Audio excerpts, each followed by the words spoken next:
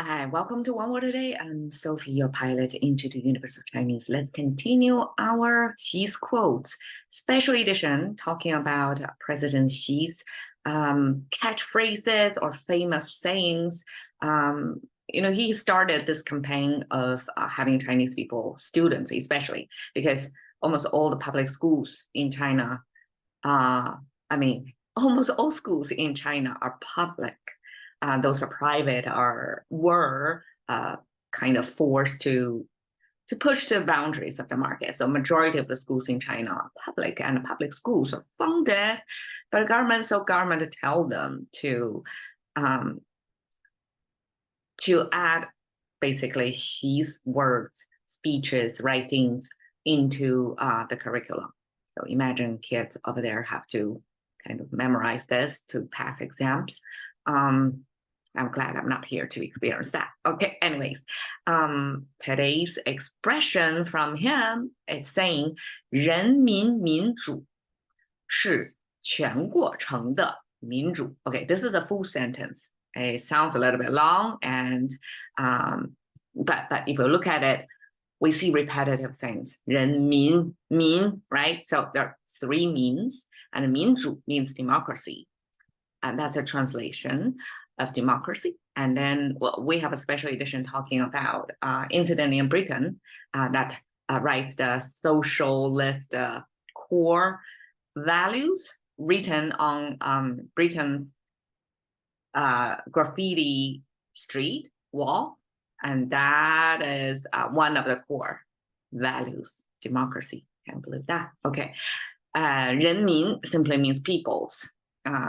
And democracy, 是, that's the connection word. So this is a subject, and 是 is the verb, the action. It's basically a definition. A equals B, something like that, right?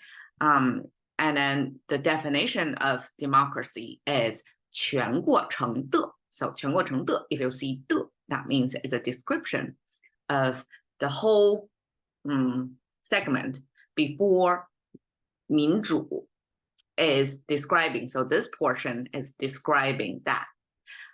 全过程 is the specification, I guess, what kind of 民主 is about. And then they define it as 全过程的. Okay, let's see. Okay, 人民, I translate it just word by word. I call it man and crowd. So 人 is generic human figure. I mean, human probably is more accurate because over here is genderless. You don't exactly see. We have a character for woman that's definitely a lot more complicated. But as man, as a generic, as a species, as a two-legged standing being. So that's 人. 民 is you can view it as family lineage. So people living on this land carry different family names. So they gather together from different families, but living on the same land. And that's considered a crowd. And a crowd under one governance have multiple responsibilities, actually. I guess the exchange over there is they get protected by the government, right? Not invaded by even more foreigners who speak different languages, have different cultures. So the protection, in exchange of the protection, they pay tax, and they, just like the country, how the nation's running, right? Pay tax and also have the responsibility of being drafted to fight for the country. So that's, worldwide, the same way of organizing this, different family name carriers living on the same land, how they band together to defend themselves. Okay. And then 民主 is a way of governance, right? 民, we again I translate as crowd simply because it's a limited spacing over here. But crowd means people coming from, crowd means they may not coming from the same, say they're not manufactured, mass produced. So they have individuality, they have different interests, even they have different talents. So that's what's, packed into this crowd translation. They may not be mob, but they can turn into a mob. and they may be all patriots, super unified into or inspired by the same ideology. So this crowd it depends on how you morph them, I guess. Then this crowd in front of 主 I translate it as govern, but the original meaning of 主 means master or means host. We have guest and host. So this is the host concept in Chinese. Host means, okay, this is my place. You're simply visiting, right? And then the 主 also means master in the sense of master against the slaves, right? So they have the legal right, one over the other. In this case, it govern is they have the entitlement or sort of privilege or right, however they legitimize themselves to be the runner of the country over the crowd. So whoever is the governing body over the people of different names. So that's 民主. 民主 is the Chinese translation of democracy, because we place, even if 民 and 主 are, 主 is supposed to be governing over 民, but this 民 placed in front of 主 means who is governing, as people is governing, or the crowd, through some sort of systematic way that the crowd actually can governing themselves. So it's basically for the people, by the people, of the people concept, right? So that's Chinese translation of democracy, 民主. And 是 simply is. If you read contemporary Chinese, you're going to see this a lot. Because we have a lot of A equals B, or A is equivalent to B expression, and this connecting word, this defining definition of A and B connected by this 是. And 是 also is Chinese way to say yes. It's confirmation, it's positive. Okay. And 全过程的民主. So 民主 will have democracy, and now 全过程的 is full process. 过程 is process. At least that's the Chinese way to translate process. So before I never think about what is 过程. Okay, so 过 means passing.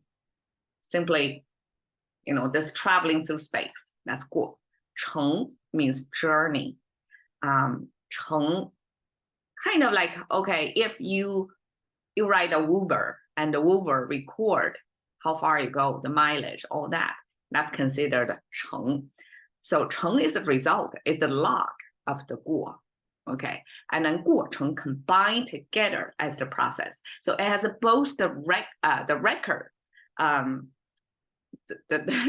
Well, I work in statistics, so the stats of the action.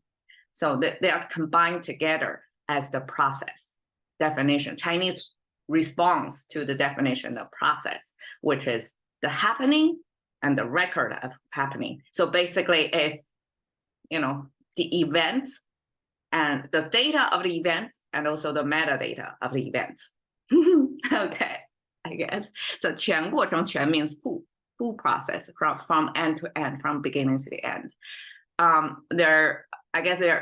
took it out of the context. Of course, there will be more explanations of what democracy in his eyes, in his concept, what that is. But in this short sentence, he's saying this 民主, this democracy, is a full process one.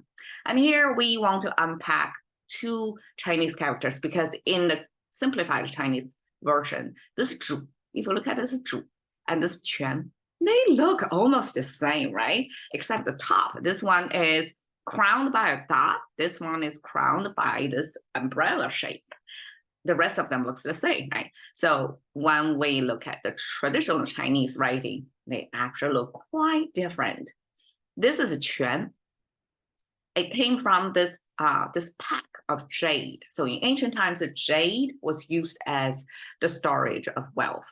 I guess. So they made jade into disc shape, string them together. So all these are jade discs, string them together with a cover on the top, with a bow tie at the bottom. I mean, I'm not sure if it has a bow tie, but that's to contemporary eyes, that looks like a bow tie. So it was tied up together, covered, means it's fully packaged jade stack.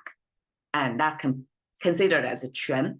And I guess as a wealth storage, in ancient times, there could be a system of what's considered a full stack of jade that's complete, well packaged, protected, and then that's considered completeness. I guess there were standards or criteria of what's considered complete, so that it can be stored away as a unit of wealth. Okay, 主, even if it looks contemporary, 3 horizontal lines connected with 1 vertical line, but in the rendering of the traditional Chinese, actually the top horizontal line is not horizontal, it's this cup shape, and with kind of a drop of oil almost in the middle of it. Most of Chinese characters you see here, even like this dot thing, this is transformed into this little dot thing. They are kind of generic. You couldn't see. Everything is the same width, right? The nuance of this character, what's it's actually originally as a physical depiction, I mean, as a depiction of the physical world, get lost. Things become super abstract, right? But if you look at this does look like a teardrop or a drop of something, right? Turns out, according to scholars, this is not my theory, that this is a candle holder. So this cup's shape is candle to hold the oil of the candle. So I guess in ancient times, the candle were, there are different types of candle. The wax one that keeps burning, getting shorter, and the oil one. The oil one, I guess, a sort of plant-based oil that's fat that can be burned. Would be held in this cup shape. And then this is actually the fire, the light from it. And the 2 horizontal lines below it, simply the stand to make it untoppable, right? Less easy to top. So the light source, ancient times no electricity, sorry. So after dark, whoever has the candle, that's the light of the house. That's where the center of the activities would be. Because people are going to aggregate or gather around the light source. And so this candle simply almost like the light holder. Then eventually this beam of light becomes this master symbol, I guess, in the sense of if it shine light on things, it kind of can give you a sense of space, right? Light up the space and also sense probably a direction. Whoever is holding the candle, you'll have to follow the candle, right? So the candle becomes like a front walker in front of you and you have to follow them. Therefore, they have sort of control over the direction you're moving. Therefore, eventually it becomes master or the host. It becomes something you have to follow. So in the democracy, this concept, the Chinese would use this crowd or people and then governing or mastering. It's people who are mastering this governance. Okay. And to illustrate the concept of 全过程民主, full process democracy in Xi's perception, so here I want to give you an example of, this is a screenshot of CCP's, I guess, national gathering or conference. And this is a kind of shot of that moment, a free screen. Actually, somebody put up on the YouTube and I cropped it. It's saying on the top left corner here, translation of what Xi is saying at the moment. He is saying, those who disagree, raise your hand. Wait, okay, this is, I guess, the moment before that, because You see the people in the screen, actually everybody is raising their hand. So this is the next move, I guess. So this is people who agree, raise their hand. So everybody raise their hand. And then the next line would be people who don't agree, raise their hand. And this is happening in 2017.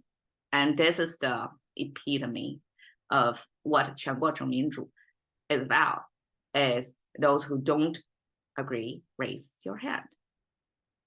It's like, how dare you raise your hand in this open platform, and the head of the party or the country is calling out, whoever disagree, raise your hand. Let me see, show your face.